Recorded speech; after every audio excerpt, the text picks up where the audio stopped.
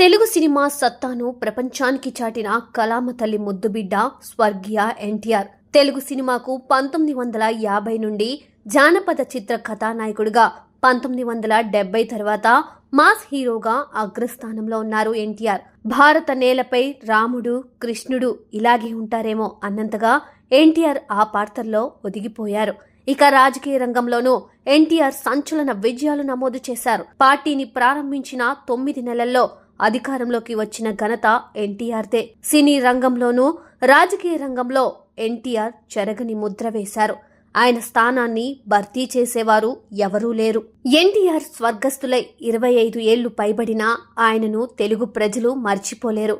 ఇప్పటికీ సినిమా రంగంలోనూ రాజకీయ రంగంలోనూ ఆయన పేరు తలవనిదే రోజు గడవదు అనే చెప్పాలి.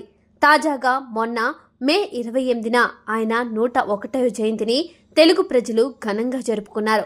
తెలుగు రాష్ట్రాల్లోనే కాదు, ప్రపంచంలోని వివిధ దేశాల్లో స్థిరపడిన తెలుగువారు ఆయన జయంతిని ఘనంగా నిర్వహించుకొని తమ ఆరాధ్య దైవానికి నివాళి అర్పించారు.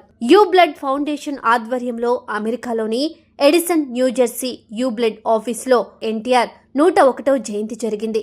దానికి ముఖ్య అతిథులుగా డాక్టర్ జై ఎలమంచిలి, మోహనకృష్ణ మన్నవ, తెలుగుదేశం గుంటూరు ప్రచార కమిటీ అధ్యక్షులు, ఇండియా నుండి వచ్చిన పలువురు ప్రముఖులు పాల్గొన్నారు. ఎన్ఆర్ఐ తెలుగుదేశం అభిమాన సంఘం ఎన్ఆర్ఐలు 150 మంది హాజరయ్యారు.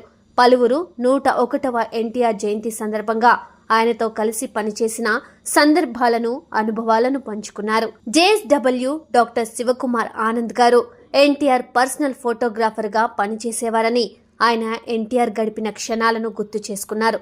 ఎన్టీఆర్తో అనుబంధాన్ని అక్కడున్న వారితో పంచుకున్నారు.